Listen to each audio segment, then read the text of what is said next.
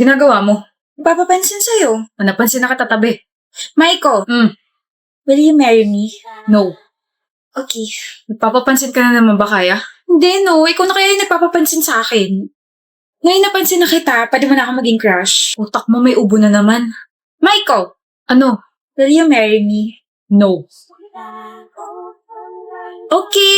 Ano na namang ginagawa mo? Shh, dinadasalan na kita na sana magustuhan na kita kasi kawawa ka naman. One-sided lang kasi yung feelings mo for me eh. Akala ko ba gusto mo ko?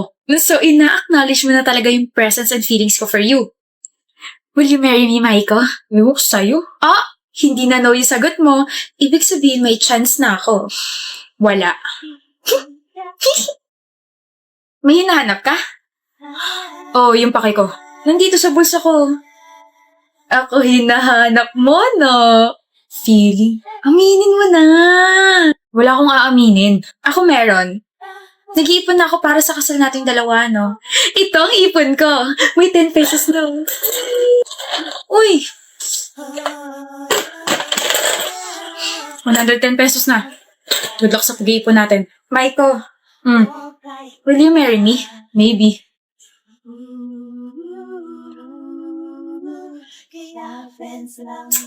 Maiko, ba't nandito ka sa building namin? Nasaan yung maliit na jar? Nandito sa bag ko. Ako na. Bakit? Itatapon mo? Akala ko ba okay na tayo? I mean, alam ko naman na one-sided pa rin yung feelings ko para sa'yo, pero Sira, di ba puno na yun? oo. Nakabili na kasi ako ng mas malaking plastic jar. Tapos nakahanap na ako ng part-time. Wait, naghanap ka ng part-time job? Bakit? Para sa kasal natin. Ha? Masipag ako kaya. Mukhang mapapadali kasal natin ah. Teka, Maiko. Bigay ko sa'yo yung jar mamaya. Will you marry me? Pakakasalan kita kaya. I receive a wedding invitation from your ex. Like, ang kapal naman ng mukha niya. Best friend mo ko, so bakit niya ako sasandan, di ba? Wedding will happen sa Batanes. Like, ang ganda ron. Tapos sabi sa invitation, magkakaroon daw tayo ng all-paid expense trip. Jewel, wait, hindi ka ba naka-receive ng invitation? Oh my gosh. Bakit ka ba tinatanong? Sorry for being insensitive. Ex mo nga pala si Maiko. Of course, he won't invite you. Hi love, sorry I'm late. Hi, Maiko. Hi, Maiko? Maiko? Yes? Wait! Kayo pa rin?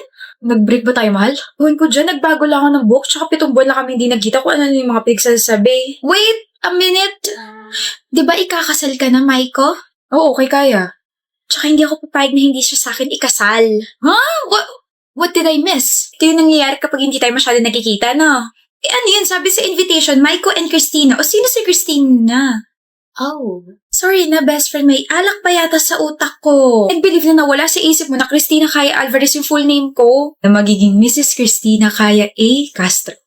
Shh! Mamaya ka sa akin. Ano ba? Sa harap ko pa talaga? Gusto ko rin ng she fell first but he fell harder na trope. Lord! Maghabol ka rin kasi. And mag-propose agad. Pag nagkaroon ako ng jowa, magpapagupit din ako at ibabalik ko ang hair ko sa black. Kaingit!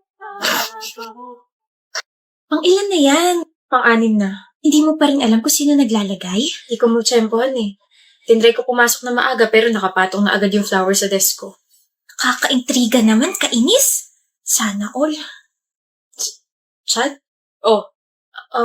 Ikaw ba nag-iiwan ng mga flowers sa desk ko?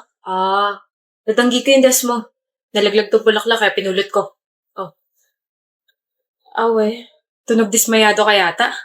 Ine-expect mo ba ako naglalapag ng mga basurang bulaklak dyan sa desk mo? Basura? Oo, bakit? Hindi lang yan yung basura. Pati yung nagbibigay, basura rin. Di ka man lang mabigyan ng totoong bulaklak.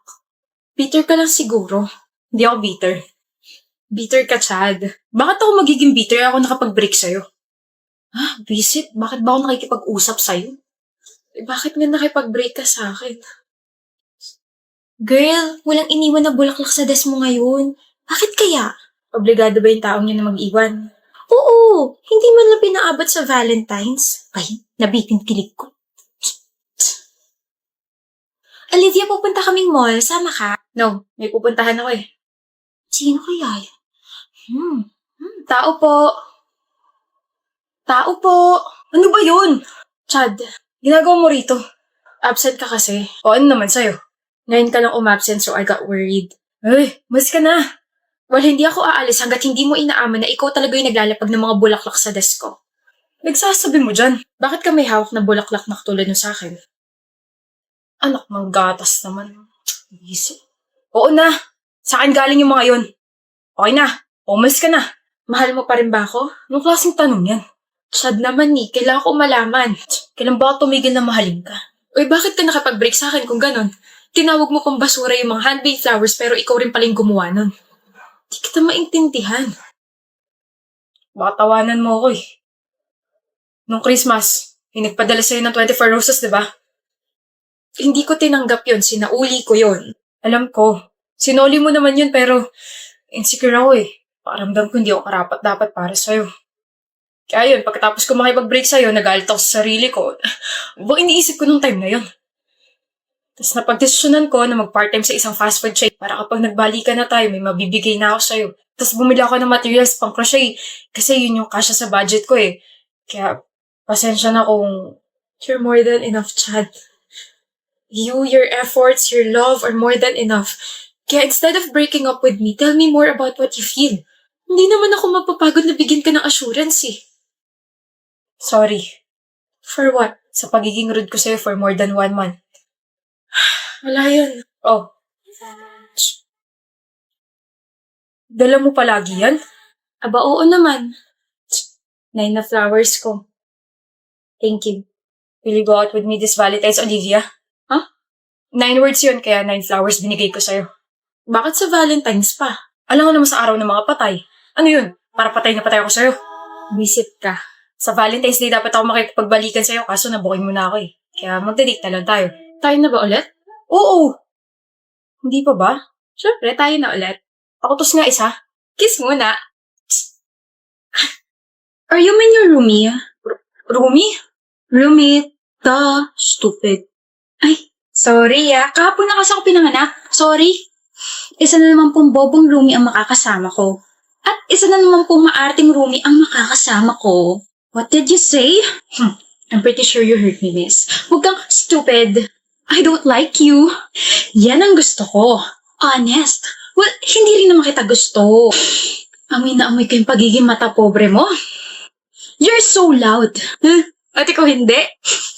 Wala pa nga ako isang araw rito pero naririndi na ako sa'yo eh. Edi go away. Yung nga. Matigas ulo ko eh. Matigas din to. Gusto mo untog kita rito? You're so violent. Ikaw naman, you're so violet. Tabi. Pwede ba sa labas na kayo magtawa ng magkakaibigan, ha? Kita mo yung nag-aaral dito eh. Kaya nga ginawa ang library para ron mag-aral ang mga nerds na katulad mo. Ganyan talaga mga rebat na mga may bagsak na. What? Shh. Quiet na. Or kung napipikon ka na, sa labas na kayo mag-ingay. Let's go, girls. Oh, what's that smell? Arte naman. Ito yun, kape. Ew, so unhealthy and so mabaho. Sa labas mo na lang inumin yan. Aba, ikaw lang ba pwedeng magpaalis sa akin? Siyempre ako rin. Labas, baho mo. Tandaan mo na malapit ang ilong sa bibig. Sarili mo lang naaamoy mo. Arte mo. Ha? Oh, she's right. Bakit ba kumain ng isda? Bakit ba ayaw mo kami ilibre? Ngayon lang naman, Kaisley.